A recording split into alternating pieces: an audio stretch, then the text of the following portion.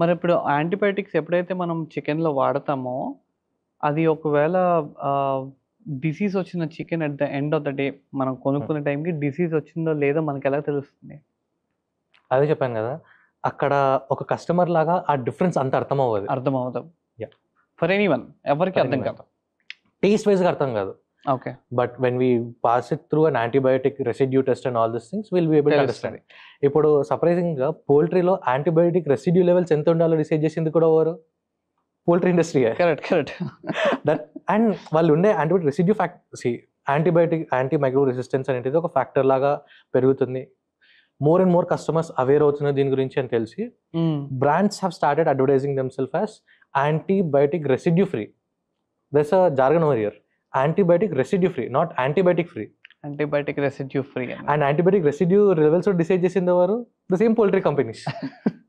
And when I was going through the antibiotic residue levels ఎలా ఉన్నాయి అంటే A levels అయితే పెట్టారో ఏదైతే డిటెక్ట్ అవ్వవో అవే లెవెల్స్కి పెట్టి వదిలేశారు. అండ్ ప్రతి poultry firm it uses antibiotics. అది లేకుండా చేయలేము అండ్ బ్రాయిలర్ ఫార్మింగ్. ఇప్పుడు న్యాచురల్గా కోడి పెరిగినప్పుడు వి సీ ఇన్ నాటుకోడి ఫార్మ్స్ అట్ దానికి ఇమ్యూనిటీ చాలా ఎక్కువ ఉంటుంది, డిసీజ్ ఎఫెక్ట్ అవ్వదు. ఇప్పుడు 4 months ఇప్పుడు ఎలా అంటే ఒక బేబీ 9 monthsలో పుట్టాలి, ఎన్నో అడల్ట్రేషన్స్ ఇచ్చి 3 monthsలో పుట్టించేస్తున్నాం ఒక బేబీ. అంతే కదా, ఒక హ్యూమన్ బేబీని 9 monthsలో పుట్టే 3 monthsలో పుట్టించేస్తున్నాం. ఓకే. అప్పుడు ఏమైతే ఆ బేబీయే సరిగా ఫామ్ అవ్వదు. అవును, ఎన్నో ఇష్యూస్ ఉంటాయి. The same thing is happen over here. Protein content ఉంది ఓకే చికెన్లో, బ్రాయిలర్ చికెన్లో ప్రోటీన్ కంటెంట్ ఉంది. But if you talk about other nutritional values, potassium, magnesium, vitamin D, B12 చాలా ఎక్కువ ల్యాక్ అవుతుంది. కాల్షియం కంటెంటే తీసుకుందాం, ఒక చికెన్ బోన్స్ ఇలా అంటే ఇరిగిపోతాయి. That's the way the industry has been doing. Okay. And not just that, not just the antibiotics thing. ఇప్పుడు చూస్తే the reason doctors have been suggesting పీసీఓడికి దీనికి it's not suitable is the hormonal changes. ఇప్పుడు ఆ బర్డ్ని 4 months నుంచి 35 daysకి తీసుకురావాలంటే దానికి ఎన్నో హార్మోనల్ లెవెల్లో, జెనెటిక్ లెవెల్లో చేంజెస్ చేయడం జరిగింది. అవును, దానికి ఇచ్చే ఫీడే ఇట్స్ మేడ్ షూర్ దాట్ అది తక్కువ టైంలో ఇచ్చేసేయాలి కదా. ఎస్, తక్కువ ఫీడ్లో తక్కువ టైంలో ఎక్కువ వెయిట్ గెయిన్ అయ్యేటట్టు చేయాలని చూస్తారు. This a jargon used in poultry industry called feed consumption ratio. Okay. That means that ఎంత ఫీడ్ తిని 1 kg వెయిట్ వస్తుందని. Okay. It's currently stands at 1.4 kg. అంటే 1.4 kg ఫీడ్ తిని 1 kg వెయిట్ వస్తుందని. ఒకటి ఆలోచించు, నువ్వు 1.4 kg ఫుడ్ తిన్నావు ఓవర్ పీరియడ్ ఆఫ్ 1 month, నువ్వు 1 kg వెయిట్ గెయిన్ అవుతున్నావు. అది మంచిదా చెడ్డదా? మంచిది కాదు. And poultry industry is making sure that అది ఇంకా తగ్గుతూ వెళ్తుందని. అచ్చా. అండ్ ఇప్పుడు ఒక బ్రాయిలర్ బర్డ్ని చూస్తే ఇట్స్ మేడ్ షూర్ దట్ ఆ బర్డ్ లెథార్జిక్గా, లేజీగా ఫీల్ అవుతుందని. ఓకే. యా. ఇన్ కంటిన్యూయేషన్ నేను మొన్న ఒక వీడియో చూసాను. సో నార్మల్ చికెన్ పక్కన పెట్టి దానికి ఒక ఇంజెక్షన్ ఇస్తే అది ఇంత ఎక్స్పాండ్ అయ్యి అది ఎగ్జాక్ట్ గా చికెన్ షాప్ కి వచ్చి వాడు పోసినప్పుడు దాని వెయిట్ పెరుగుతుంది.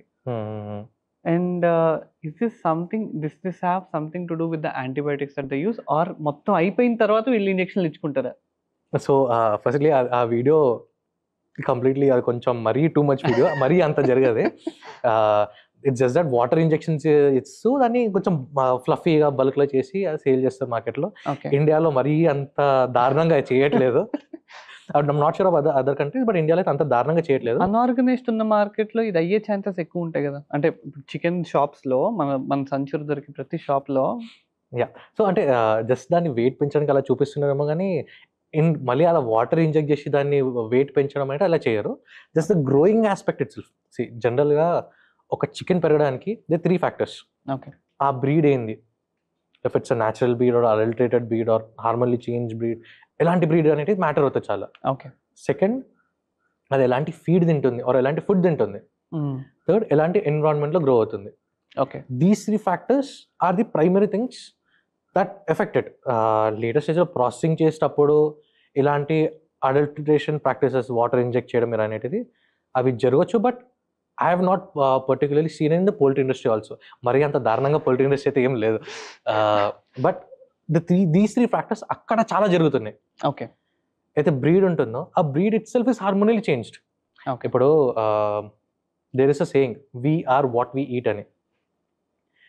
when we are eating a lot of adulterated food, those issues will come to us. ఇప్పుడు ఒక broiler chicken 1 kg weight cross అయినప్పుడు అది ఫ్రీగా మూవ్ అవ్వదు. అక్కడ డ్యూ టు ఒబేస్ నేచర్ అక్కడనే కూర్చుండిపోతుంది. మనం దాని తన్నినా మూవ్ అవ్వదు. నేను ఇండస్ట్రీలో కొత్తగా వచ్చినప్పుడు చూస్తుండే ఏంటంటే ఒక నాటుకోడి పట్టుకోవడానికి కష్టం అవుతుంది. అవునా? ఉరుకుతూనే ఉంటుంది, అటిట్యూడ్ ఇలా ఉరుకుతూనే ఉంటుంది, పట్టుకోవడానికి కష్టం అవుతుంది. ఆన్ ది అదర్ సైడ్ ఒక బ్రాయిలర్ చికెన్ ఒక కంప్లీట్గా ఒక కేజ్డ్గా అదే ప్లేస్లో కూర్చొని వెయిట్ గెయిన్ అవుతూనే ఉంటుంది. I was reading an article, I'm not sure how true this is, but it said that the fastest growing organism to 1 kg weight today is broiler chicken. మీరు ఆ మార్కెట్లోనే ఉన్నారు మళ్ళీ. Yeah.